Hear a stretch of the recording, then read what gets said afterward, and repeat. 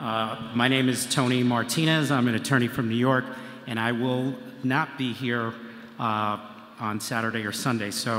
But real quickly, the question that I want to address contextually is the necessity for political activity, action on the part of this group, because low carb, what we're doing here, is a business threat, and it's a challenge because following this lifestyle and this dietary approach gets people off prescription drugs.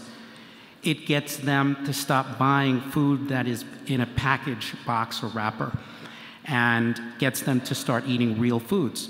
So that upsets the profit model. And we're going, this Eat Lancet thing is a big, big attack on this whole way. And we're going to be getting it continuously. So my question is, do you believe, and I'm going to, three parts, do you believe that people should be, for example, running for office from this community? Should people be, not should people, I want to say that people should be supporting the Nutrition Coalition and the other groups, the Public Health Collaboration USA. Everybody's got to get involved. And should doctors' offices and businesses become vectors to get their patients and customers to actually get involved and contact their elected officials? Okay. So I look forward to being part of this in a much bigger way next year. But I'd love to hear from, because it was a great presentation, Georgia, Dr. Reedy. Thank you. Who would like to tackle the politics? I'll throw a couple of things out.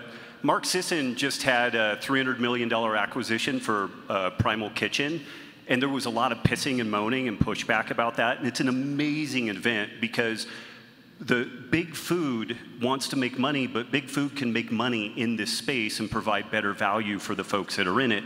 So when we get success, it may not look like the success that you imagine initially, but don't pee down the back of the person that just had that success and put all the effort into doing this. Certainly be critical and hold folks' feet to the fire on quality and whatnot, but money and profit can drive all kinds of good things. So it's not immediately a zero-sum type of proposition, and I think that that makes a lot of sense to find ways of monetizing and marketing this stuff, because the reason why the vegans are so good at what they're doing, I love calling them the vegans, is because they are massively well-funded, exceptionally well-organized, and that's in part because it's mainly processed foods that props up that whole scene. So to some degree, like Diana Rogers has been working on this film project, the main people that have contributed to the project are businesses that have in some way, shape, or form found a monetization system so that they're profitable enough to invest in a film that's trying to tell a really nuanced sustainability story. So we need to support the businesses that are in this space and, again, not attack them for success, just as a baseline. That was a great comment. It sounds like super idealistic, but I wish there was some way to funnel some of that money to the people who raise healthy animals and raise healthy food. I don't know how that works, but wouldn't that be great too? Excellent. Okay. Question. Yeah, so, are you yeah, okay, good. Question for Dr. Lemanne. I loved what you showed about the maximum tolerated dose approach, but it seemed like it was in the context of chemotherapy. Does the same thing apply in radiation therapy or, that's the question. So I'm not a radiation oncologist, I'm a medical oncologist, so I deal with medications.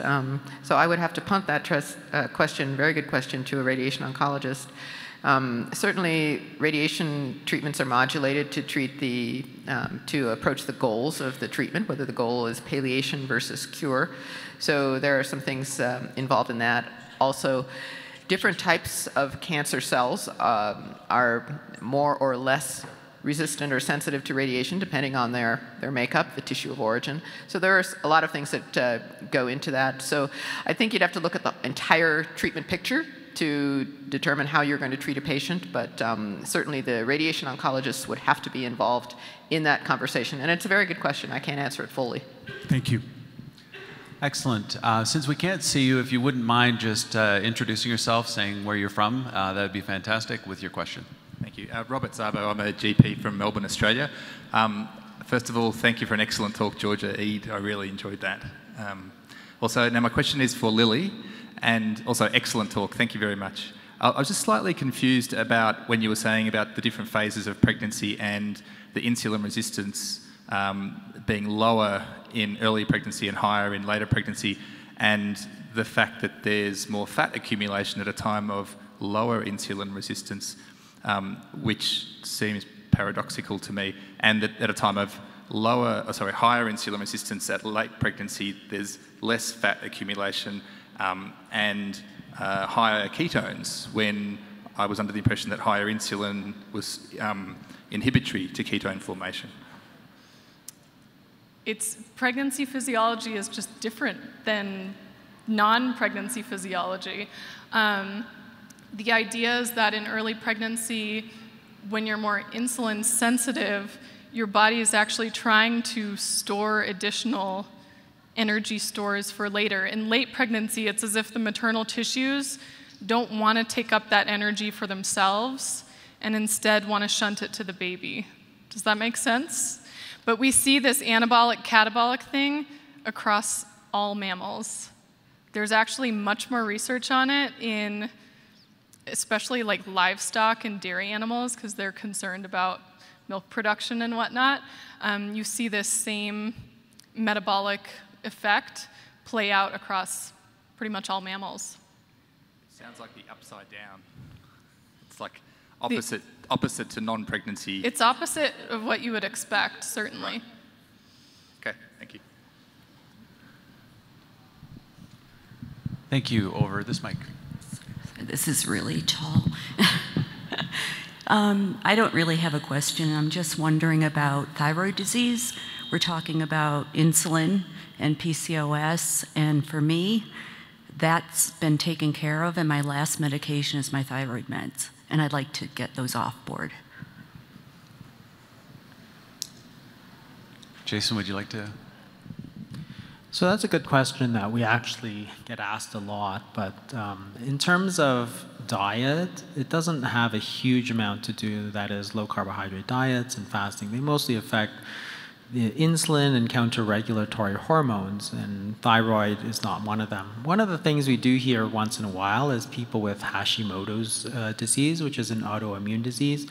And in certain cases, people find that they do get better. So there's some sort of very preliminary evidence that fasting, for example, might help reset the immune system. So in certain cases, specific cases, it might be beneficial, but there's not a huge, it's not consistent. So you may have to take the thyroid medication. There may not be much you could do about it from that standpoint. If I can just add anecdotally, we're doing a clinical trial with UBC on ketogenic diets, energy restricted, and we're finding about 50% of the people, the women that were on thyroid supplements, actually are eliminating them. So it's about 50%. So that means about half of them were having to continue on, typically at a lower dose, because their weight had also changed. So, next. Hi, my name is Gloria, and I live 20 miles from here, so pretty good. I have a question for Lily, and this is about one of my past pregnancies, 30 plus years ago. With one of my 2 pregnancies, I was diagnosed with gestational diabetes.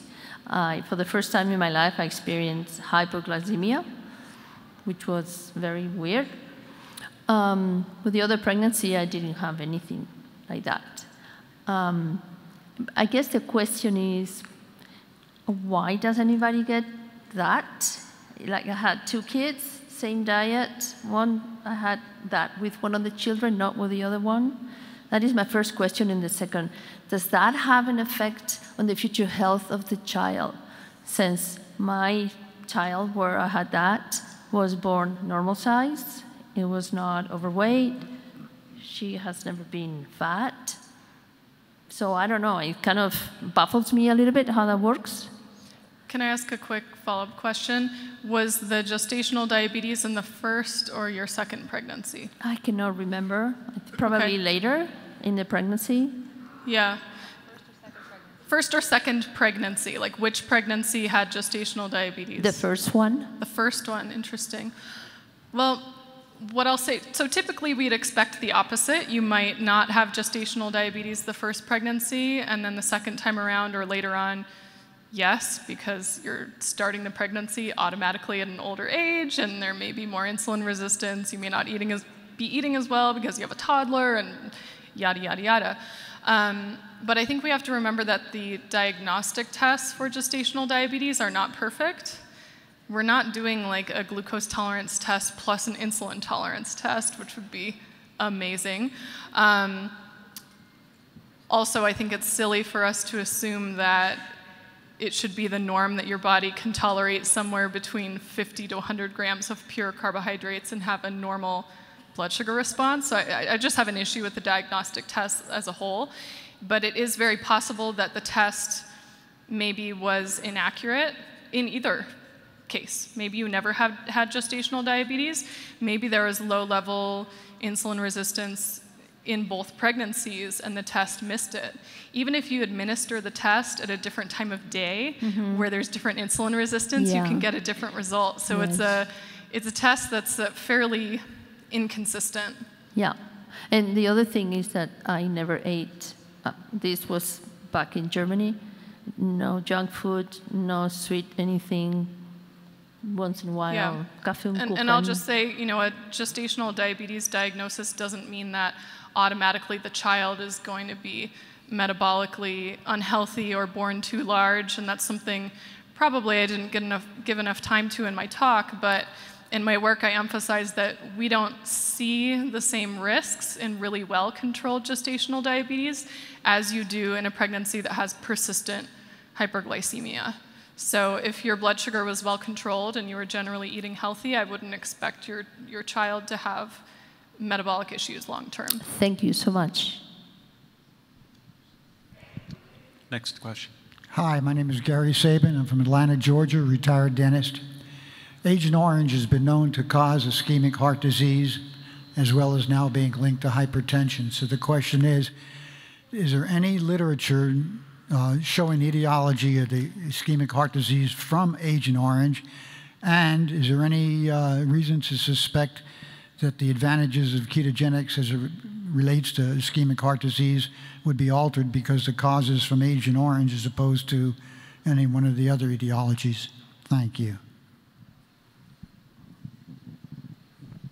I know nothing about the toxicology of Agent Orange, but a number of items are mitotoxins, and I think that one of the main features that we're seeing with the loss of metabolic flexibility is a loss of mitochondrial function. So if we were to dig into the toxicology and kind of see what's happening on the mitochondrial level, and we saw impact there, then I think that it would probably be a safe case to find some connections. And a lot of what we see with, say, like left ventricular hypertrophy and, excuse me, other cardiac issues are related to insulin resistance, which also has, by extension, is usually a loss of mitochondrial function and density and whatnot. So I think that that's a really rich place to look for kind of mechanistic underpinnings. And fasting and ketogenic diets appear to be pretty good resets for the mitochondrial function. Thank you. Thanks. Next question. Hi, I'm Michael Wood, and I'm a retired health and wellness consultant to large corporations. I live in Seattle, and now I'm trying to pay it forward for having learned about keto and having it transform my own life, and have instigated Low Carb Seattle, May 3 through 5, starring Asim Malhotra and lots of the same speakers as here. My question is to the practitioners on the panel. One of the things I find in talking to physicians and dietitians and folks who deal with metabolic diseases is that the guidelines that they're bound to follow prohibit low carbohydrate ways of eating, and they're afraid to break out of that other than informally kind of whispering in patients' ears. And I'm wondering how you advise practitioners to deal with that. The good news is that the American Diabetes Association recently said very quietly that a low carbohydrate diet is an okay way to manage diabetes, but they buried it in their guidelines on page 37. So I'm curious how you would advise other practitioners.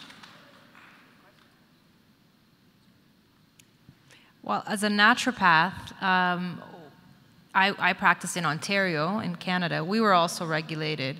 I don't think that naturopaths, at least that I know, and I no longer have an active license because I just don't want to. I don't know how to navigate that realm, and so I just choose to work as a health consultant. And I know that that's not the option for many people. I think I'd be curious to hear what Lily has to say because I know that a lot of dietitians have that concern. Even at the hospital with Jason, you know, they're very limited. And really, in many places, the regulation is very strict, and you lose your license. So then you have to make a choice. This is part of what took me a long time to write my books, actually, was fear of retribution from other dietitians or, you know, licensure complaints and the like. What I find interesting is that most of the licensure complaints come from fellow professionals.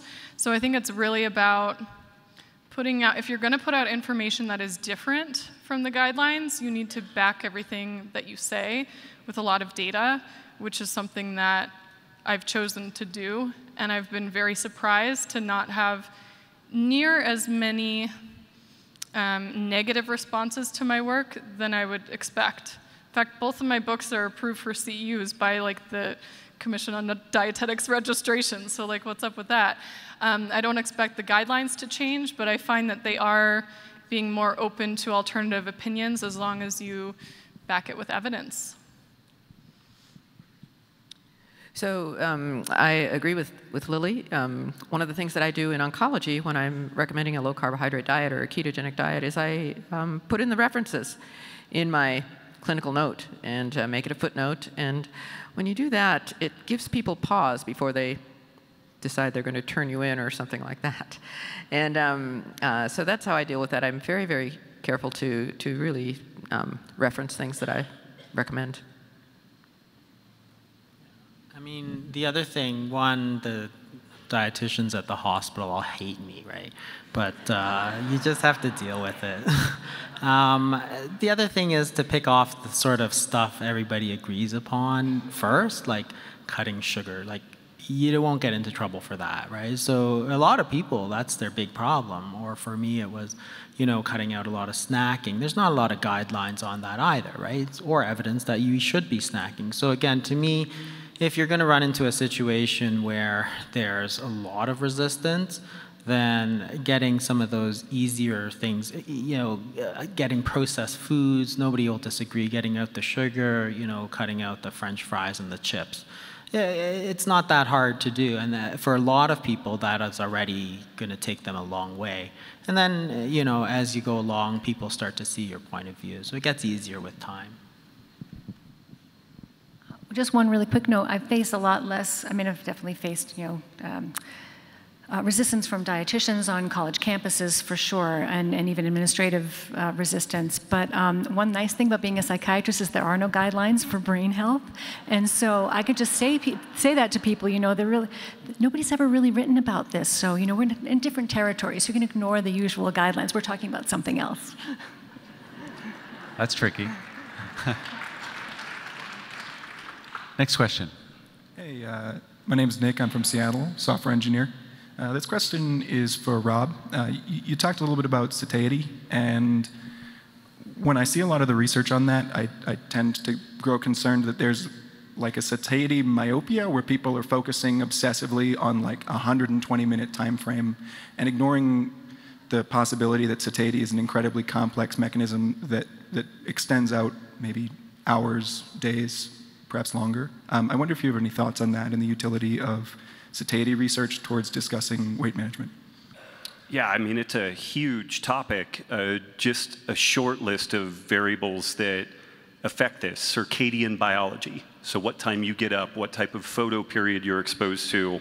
The work that we've done with police, military, and fire, those folks are so circadian disordered, and they're in an environment that facilitates, you know, poor food choices, and they're just kind of hormonally set up to want that stuff, and it's very hard to to kind of turn the off switch with that. And I really think that you create a great point. Like, it's kind of a fractal story where we consider satiety kind of like a meal by meal, you know, kind of process, but it extends over weeks and months, and in aggregate is really the bigger picture. Exercise influences satiety, hormone signaling, gut microbiome, shifts in the gut microbiome, emotional state. I mean, it's really massive, but I think that that's where, on the one hand, it's kind of like looking with a microscope. We go in and get very granular, but then we need to pull back out largely whole unprocessed foods, trying to find an appropriate glycemic load, because blood sugar excursions outside ancestral norms are really challenging to then pull people back in. That hypoglycemic rebound eating is very, very powerful. Putting on some blue blockers in the evening so that you go to bed earlier, getting some exercise, like on a macro kind of clinical level, it's good to know the micro pieces, but if we're just managing the macro pieces, I think that that's where we get the most success. Cool, thank you. Thanks. Next question. Hi, I'm Steve Crozier from Oregon, and my question is for Dr. Lemanne. I was wondering what your thoughts are on cancer prevention, like you had mentioned for part of treatment, low carb, keto, fasting, and I was wondering if they could play a part in prevention. That's a really good question. So the most data is from animal studies looking at caloric restriction, and then later intermittent fasting as a proxy for caloric restriction. And intermittent fasting turns out to be really interesting. So caloric restriction, first of all, is effective in, doesn't prevent cancer, it delays all the diseases of aging, which is good. I mean, if you know, I'd rather get, if I'm gonna get cancer, I'd rather get it at 120 than, 50, okay? And intermittent fasting seems to be as effective and have fewer downsides, like chronic low weight, feelings of cold, those kinds of things compared to chronic caloric restriction.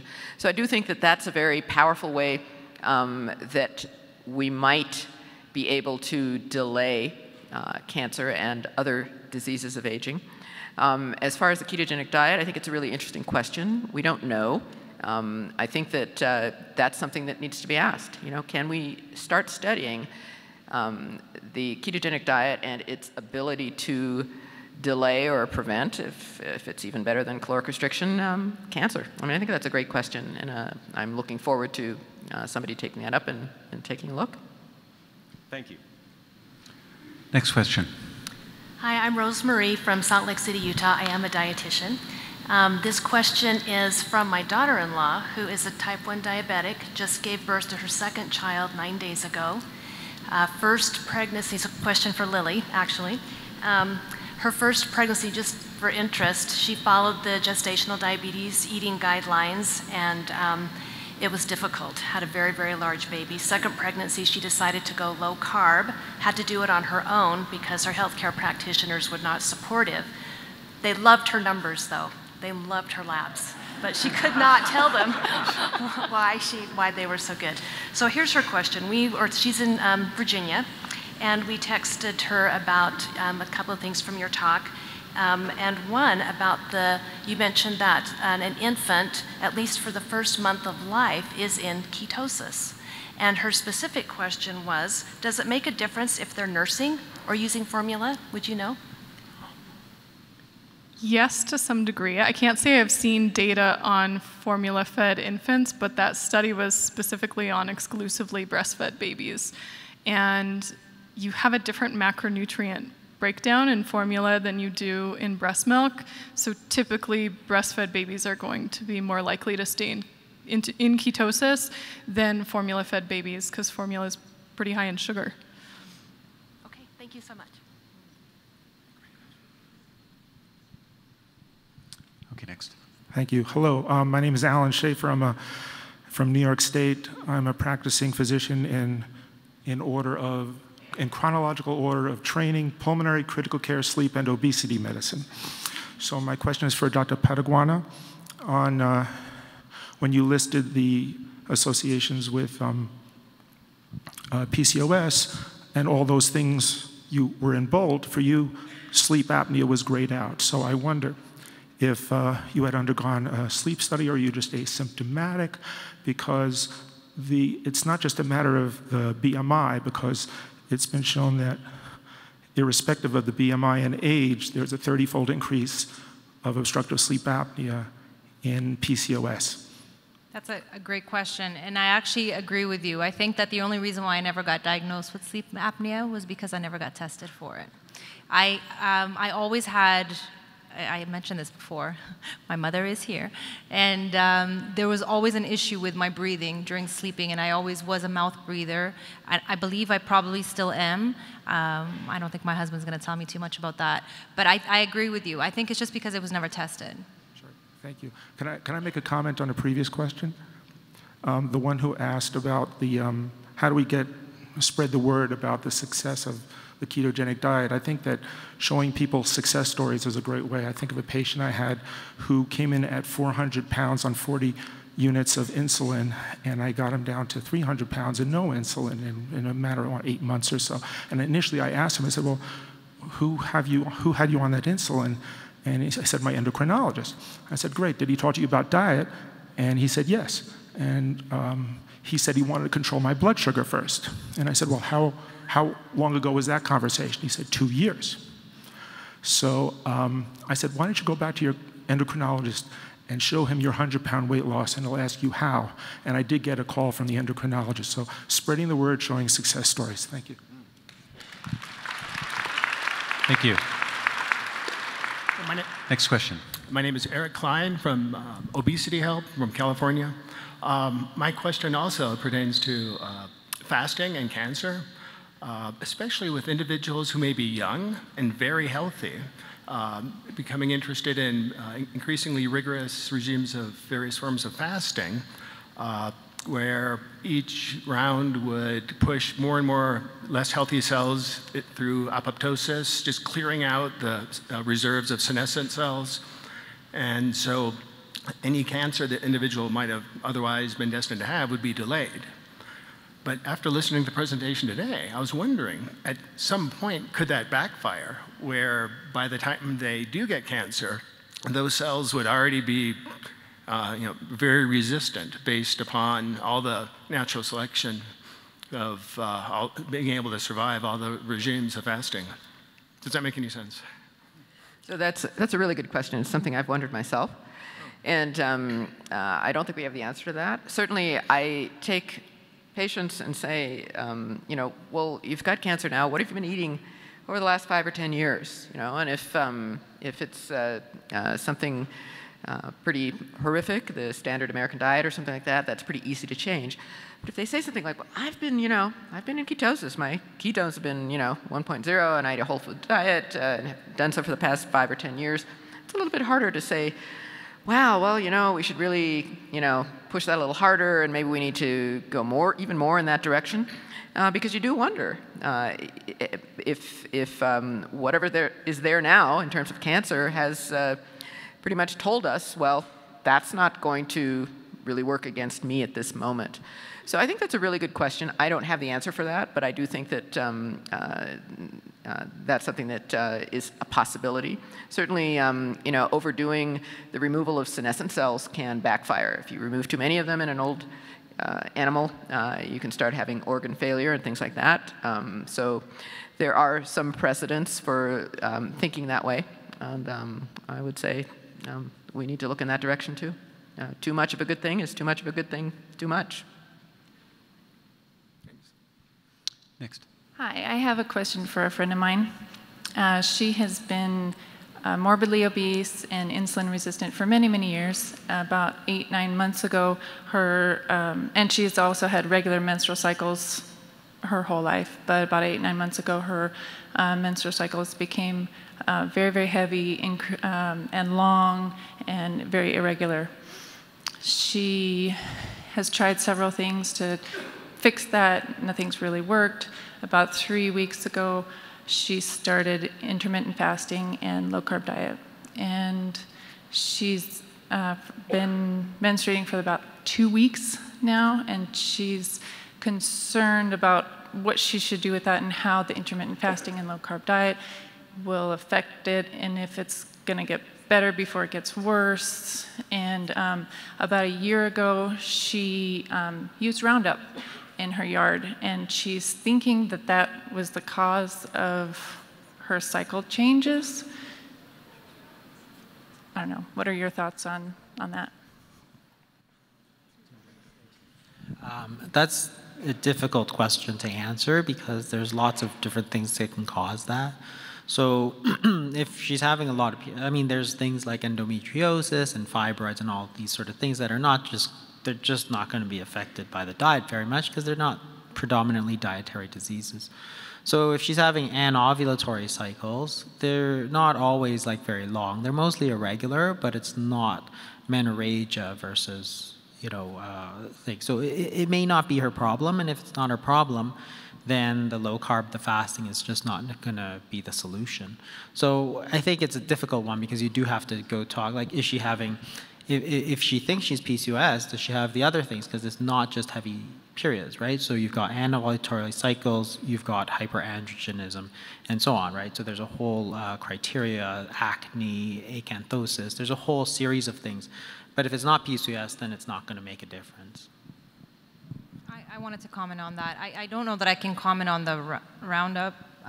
Somebody mentioned, I don't know anything about toxicology, but I have seen women with PCOS, a similar story to your friend's story, that when they go low carb and intermittent fasting, they do have one long cycle. I don't think that this is going to happen, well, I can't say that it will or will not.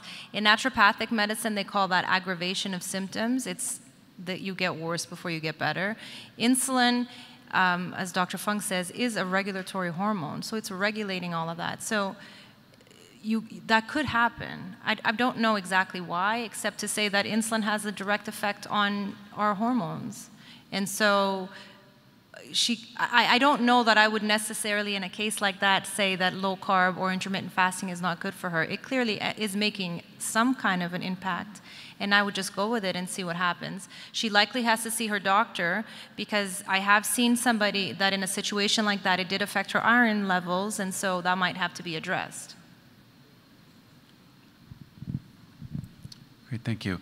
Next question. Hello, my name is Marcus Haig. I'm a family physician from Albuquerque.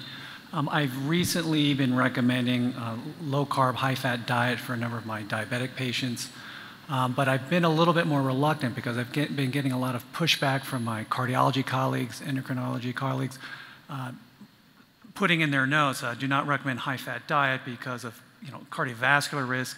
Is there particular information or something that I can do to push back that supports the position, how the high-fat, low-carb diet approach is actually not putting people at higher cardiovascular risk, but actually perhaps lowering it? But I've been more reluctant because I'm getting a lot of pushback. And any particular resource you'd recommend I cite?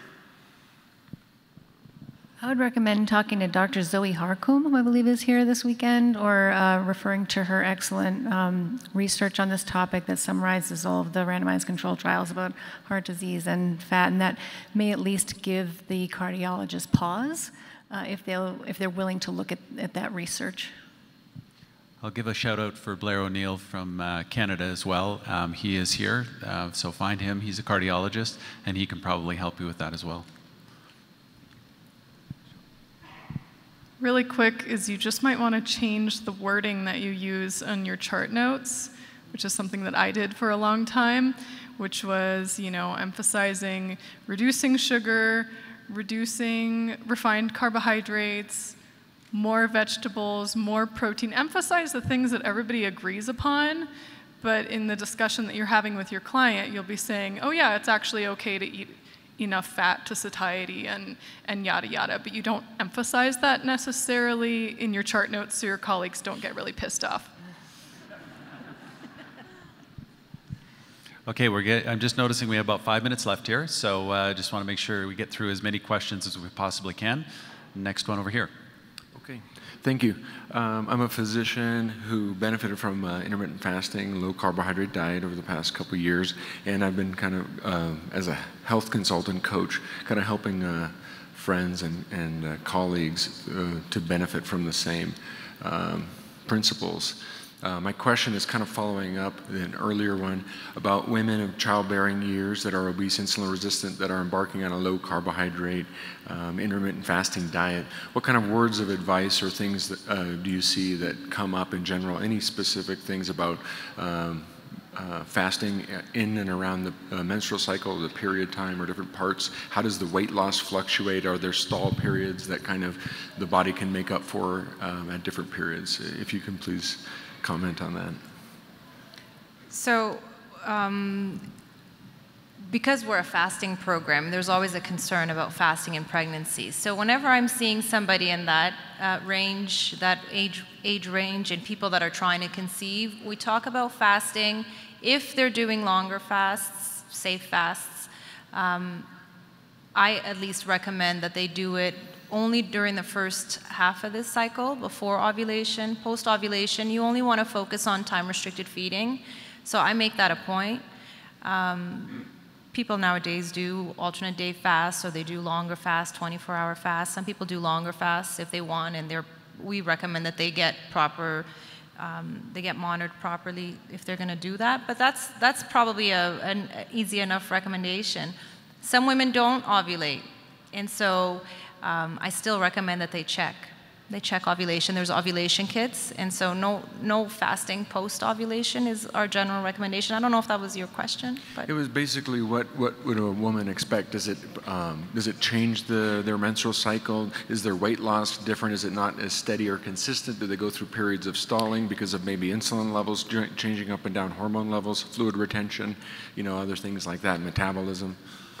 As opposed to either a non-menstruating female, postmenopausal, or a man. We see people succeed in all ages. I have many postmenopausal clients. I don't just focus on fertility, lucky me. So I see men, women. So we see people succeed no matter what, as long as they're successfully lowering their insulin. As Dr. Fung said, if the problem is insulin, then the solution is to lower insulin. So low carb, intermittent fasting. I find that intermittent fasting is obviously much more successful, because sometimes people are following a low carb diet, but they're eating 10 times a day. And so that's not going to help. So consistently, if you're doing something that consistently lowers your insulin, then you should see weight loss. Women have fluctuations in their cycle throughout the month. Women that are insulin resistant notice that the premenstrual period is a hyperinsulinemic state. I think it is probably for everyone. And so that's a difficult time of the month. There's a lot of retention. Then once the menstruation comes, there's a lot of release. It's a much lower insulin state. So working with that as well, like what you do during, I find that, for example, we call this fat feasting. I don't know what you guys call it, but fat feasting during the premenstrual cycle, it's a lot easier to fast when your period comes. So so it all works out, right? In the second half of your cycle, maybe you work on diet and 2 solid meals a day, or 3, whatever you choose to do. And once your period comes, that's the first 2 weeks of your cycle, maybe you can work on a little bit of fasting. That will lower your insulin. I just have a comment. There's a great article regarding that. What do you tell your cardiology colleagues? In the Journal of Cardiology, Long-Term Effects of a Ketogenic Diet in Obese Patients, Dr. Hussein Dashti et al. They put patients obese, insulin resistant on a low-carb 30 gram per day ketogenic diet, followed them for 6 months, and all their markers, cardiovascular risk factors, improved dramatically, and they had to come to the agreement at the end of the study that says for a 6-month period of time, all the cardiac metabolic factors improved, and we see that this is a safe diet to recommend in a cardiac standpoint. So it's a great article to cite to show your colleagues. Thank you. Just a couple more questions here. Hello. My name is Christina, and I'm a family doctor from California. And I have kind of a personal question about this. I never been overweight, but I had gestational diabetes with 2 of my 4 pregnancies, and so I kind of got attracted to this, and I went on the low carb intermittent fasting diet, and it's worked great. I've lost some weight, and I feel great, but I can't stop the weight from coming off. And so I'm kind of reached this point where, do you have any suggestions for me? Because when I pushed the diet and my A1C was still like 5.9 last time I got it checked, so I'm at this point where should I just eat more fat, or what can I do to stop the weight from coming off? More calories? I mean, I don't know. What's your sleep look like? Like, what time do you go to bed? What time do you wake up? Do you need an alarm clock? 10. I wake up when my almost 2-year-old wakes me up at 6:30. I exercise, but not excessively. You know, I run. And help me understand again, you're losing too much weight still, Yeah, but the A1C hasn't budged? The A1C, you know, I didn't really get it checked before I started the diet, but I just kind of figured it would be not great knowing that I had gestational diabetes twice. So I kind of went on the diet just to kind of see if I would feel more healthy, and then I was kind of bummed when I got my A1C result. Have you had your fructosamine checked to make sure that it's not an artifact of... So under low-carb conditions, red blood cells can live 3 or 4 times longer than normal, so they can accumulate more advanced glycation end products, but that's not necessarily bad, but we can verify that with a fructosamine check. So if fructosamine is elevated and A1C is elevated, then we have too much of an advanced glycation end product load, mainly glucose. But if fructosamine is low and A1C is high, then it just means your red blood cells are living much longer. Okay. So that I would check fructosamine, and if you want to shoot me an email after this, then we could kind of zero in on some of that. Okay. The other thing, if you're worried about the A1C, is also to check for your insulin levels, because if you look at insulin resistance, like A1C is usually a pretty good sort of marker of insulin resistance, but if you look at sort of HOMA, which is what most research studies do, it's actually a comparison of glucose to insulin. So if your insulin levels are very low and your glucose is high, it's actually not that big a deal. So if you are, you know, really worried, I would check that as well. Okay, last question here. For everyone else, sorry, if you have a question, I'm sure the panelists will be willing to talk to you individually. We just won't be able to share it with everyone else. So last question.